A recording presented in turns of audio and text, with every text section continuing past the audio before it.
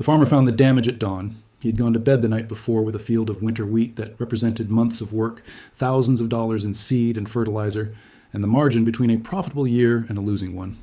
He woke up to a battlefield.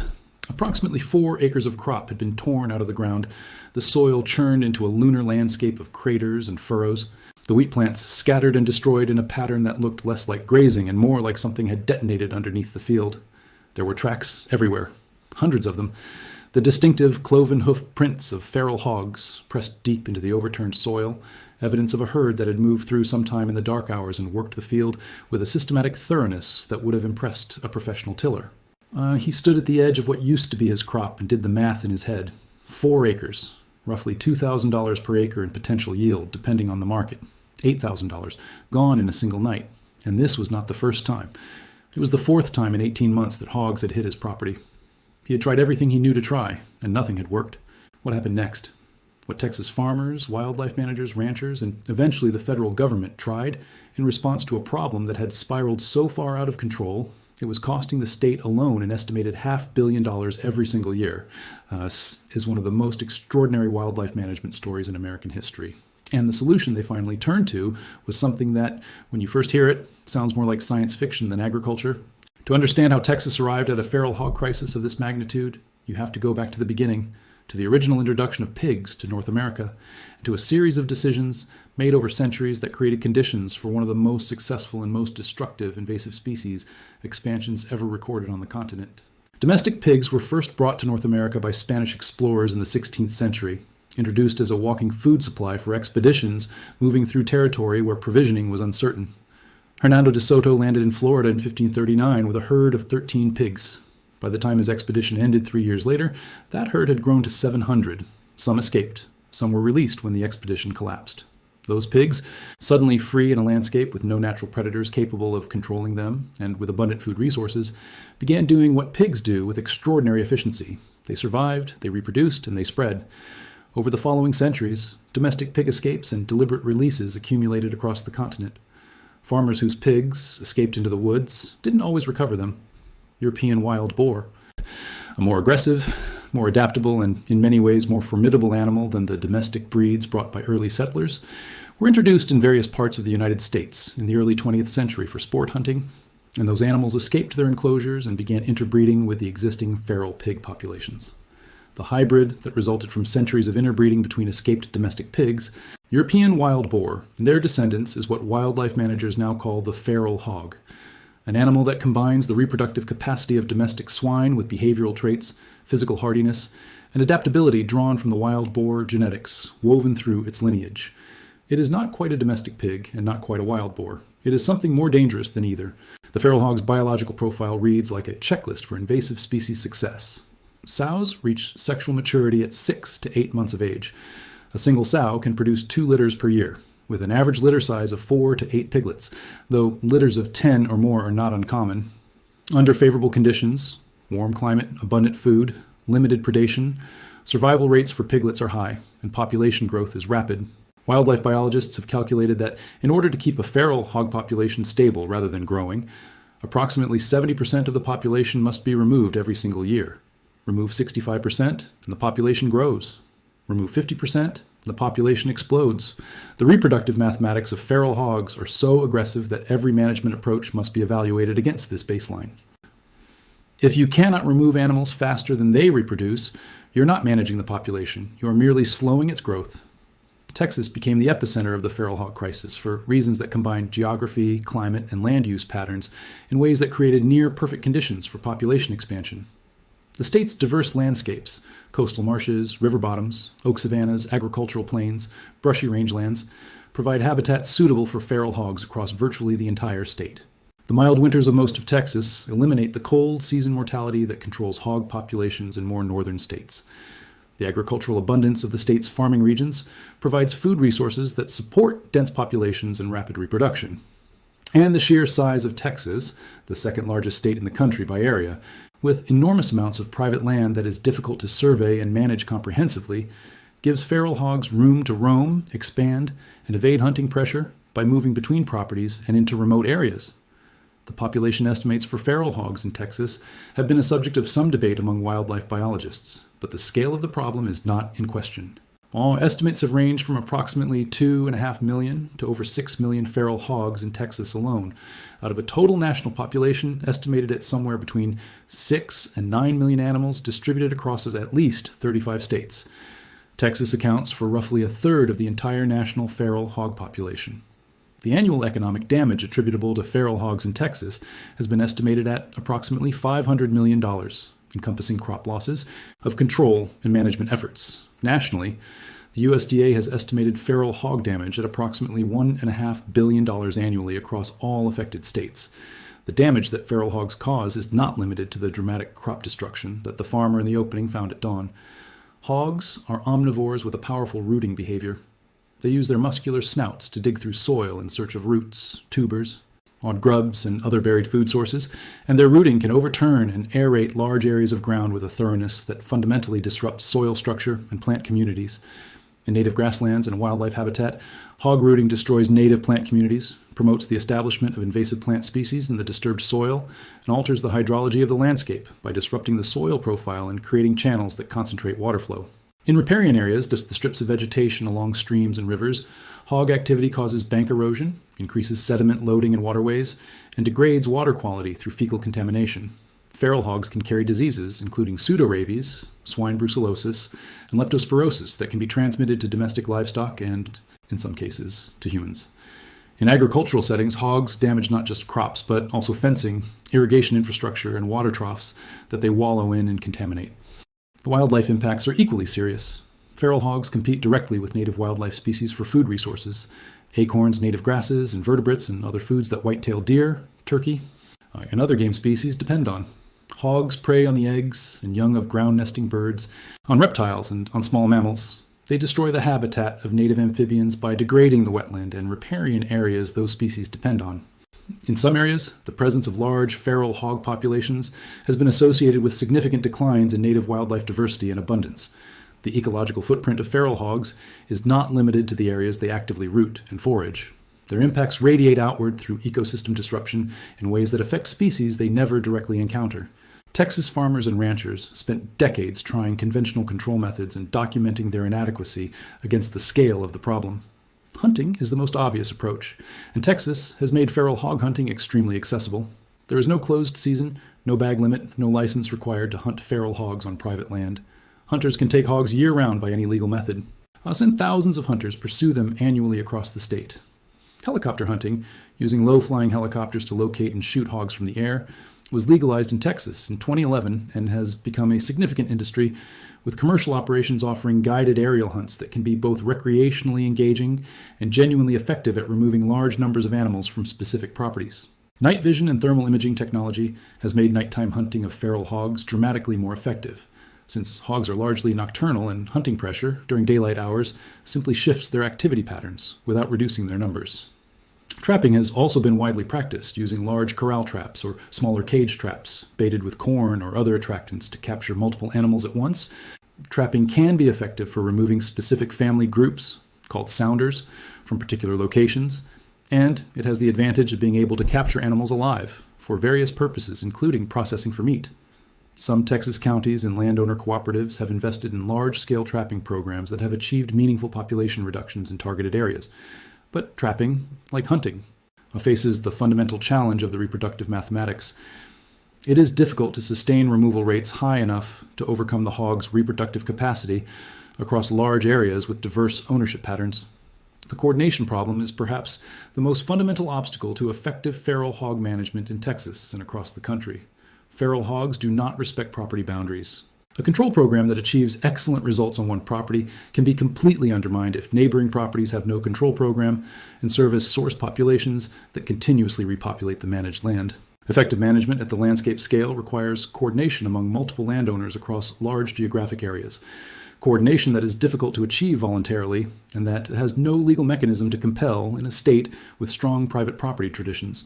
A landowner who invests heavily in control efforts on their own property may see those efforts largely negated by hog immigration from adjacent properties where no control is practiced. It was against this backdrop of conventional methods that had proven insufficient. hunting, trapping, aerial control, all delivering real results in specific locations, but unable to bend the population curve at the scale needed, the wildlife managers and agricultural researchers began seriously examining a tool that had been controversial, legally complicated, and technically challenging to deploy safely.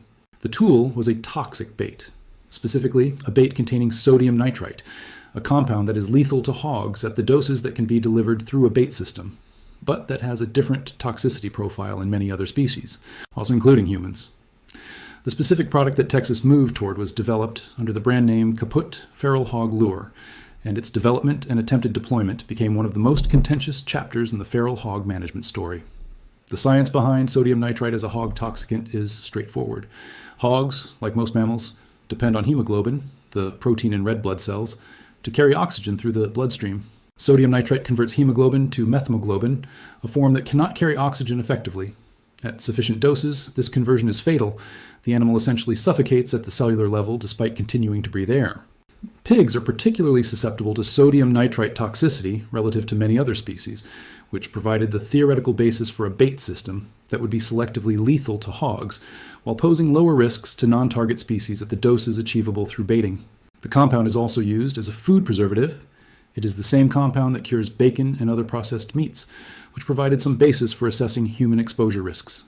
The regulatory and public controversy that surrounded the attempted introduction of sodium nitrite hog bait in Texas in 2017 illustrated how even a technically promising tool can face obstacles that are not primarily scientific. The Texas Department of Agriculture approved a state registration for Kaput Feral Hog Lure in March 2017, clearing the way for its use as a feral hog toxicant. The response was immediate and intense. Hunters objected strenuously, concerned that hogs killed by the bait and not immediately found would be consumed by hunting dogs, raptors, and other scavengers that might be harmed by secondary poisoning. Feral hog meat is consumed by humans in some contexts. There is a market for wild hog processing for food, and concerns were raised about the safety of hog meat from animals that had consumed sodium nitrite bait. Wildlife advocates raised concerns about non-target species, including javelinas, which are native wild pigs in Texas that would be attracted to the same baits as feral hogs. The state registration was suspended within weeks of its approval, and the product did not advance to widespread use. But the search for a toxicant or other novel approach to feral hog control did not end there. Researchers continued developing and refining bait delivery systems designed to address the non-target species concerns. Specifically, bait stations engineered to be accessible only to animals of a specific size range and species profile, exploiting behavioral differences between feral hogs and the non-target species most likely to access baits. Simultaneously, research programs began exploring biological control approaches, introducing diseases or parasites that affect feral hog populations, and fertility control methods using oral immunocontraceptive baits that would reduce reproductive rates rather than directly killing animals. The fertility control approach has attracted significant research attention precisely because it sidesteps many of the concerns associated with lethal toxicants while addressing the core mathematical problem of feral hog management, the reproductive rate that overwhelms removal-based control methods. An oral immunocontraceptive that could be delivered through bait and that would temporarily or permanently reduce the reproductive capacity of treated sows would effectively change the population dynamics.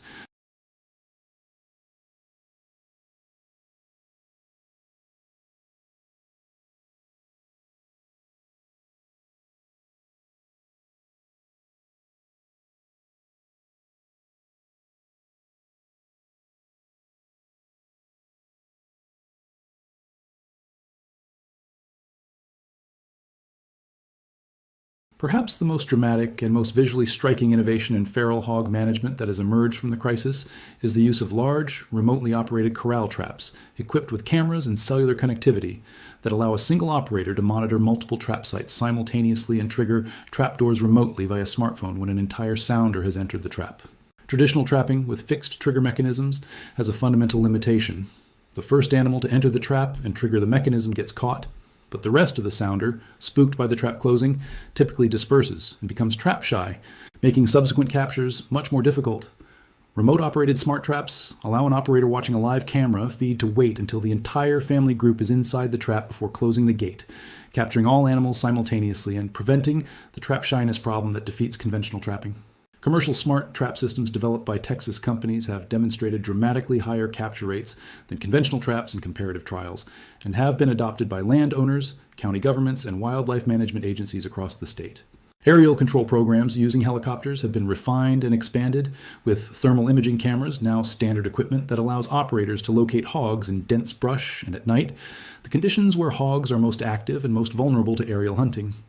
Some aerial control programs now use coordinated multi-helicopter operations over large properties or wildlife management areas, with ground teams following to ensure that downed animals are accounted for and to manage any animals that escape the initial aerial pass.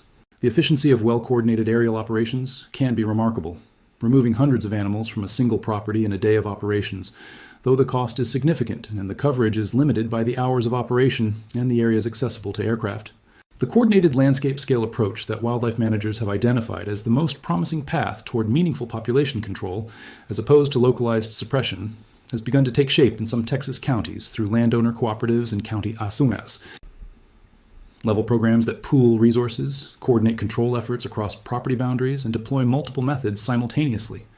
When trapping, aerial control, hunting, and potentially novel tools like smart traps and fertility control are deployed in a coordinated way across a landscape large enough to address the immigration problem, the mathematics of control begin to shift in favor of the managers rather than the hogs.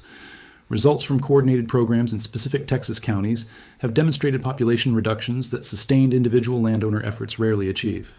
The federal government has also substantially increased its involvement in feral hog management, recognizing that the scale of the problem and the coordination challenges it presents exceed what state and local programs can fully address independently. The USDA's Wildlife Services Program has expanded its feral hog management activities in Texas and other heavily affected states, providing aerial control services, technical assistance, and coordination support to landowners and local governments. Federal funding for feral hog research and management has increased through agricultural appropriations, supporting the development of novel control tools, the evaluation of coordinated management approaches, and the monitoring needed to assess population trends across large geographic areas. The farmer who stood at the edge of his destroyed wheat field at dawn has not given up. He is part of a county-level cooperative now, a coalition of neighboring landowners who have agreed to coordinate their control efforts and share the costs of professional trapping and periodic aerial operations. The smart trap system running on his property sends him a phone notification when hogs enter, and he has learned to wait for the whole sounder to be inside before triggering the gate from his kitchen table. His losses to hog damage in the past year have been lower than any year in the previous decade. Not zero. A problem this large does not get solved quickly, and the hogs keep coming from the unmanaged lands to the east, but lower, measurably, meaningfully lower. The Texas wild boar problem is not solved. Anyone who tells you otherwise is not looking at the numbers honestly. The population is too large, too reproductive, too geographically distributed across too many millions of acres of private land to be eliminated or even reduced to low levels within any near-term time frame using any currently available set of tools. Well, what is happening slowly and unevenly across the state is the development of an ecosystem of management approaches, technical, institutional, regulatory, and scientific, that is beginning to match the scale and sophistication of the problem it is trying to address. The smart traps, the coordinated aerial operations, the county cooperatives, the federal partnerships, the fertility control research, the continued development of novel toxicant delivery systems that address non-target species concerns. Taken together, these represent a management toolkit that is meaningfully more capable than anything available a decade ago. The feral hog is a formidable adversary. It is intelligent, adaptable, reproductively prolific, and has had centuries to establish itself across the American landscape. The people trying to manage it are farmers, ranchers, wildlife biologists, engineers, and government managers who are bringing every tool available, and inventing new ones, to a problem that threatens the agricultural economy, the ecological integrity, and the rural way of life of one of America's largest and most agriculturally significant states. The outcome of that contest is not yet determined, but the farmers who stood at the edge of ruined fields and decided to try something different have at least begun to change the terms of the fight. And somewhere in a field in Texas right now, a phone is buzzing on a kitchen table. The camera feed shows 12 hogs inside the corral, moving toward the bait. The farmer watches the screen. He waits until every one of them is inside. Then he presses the button.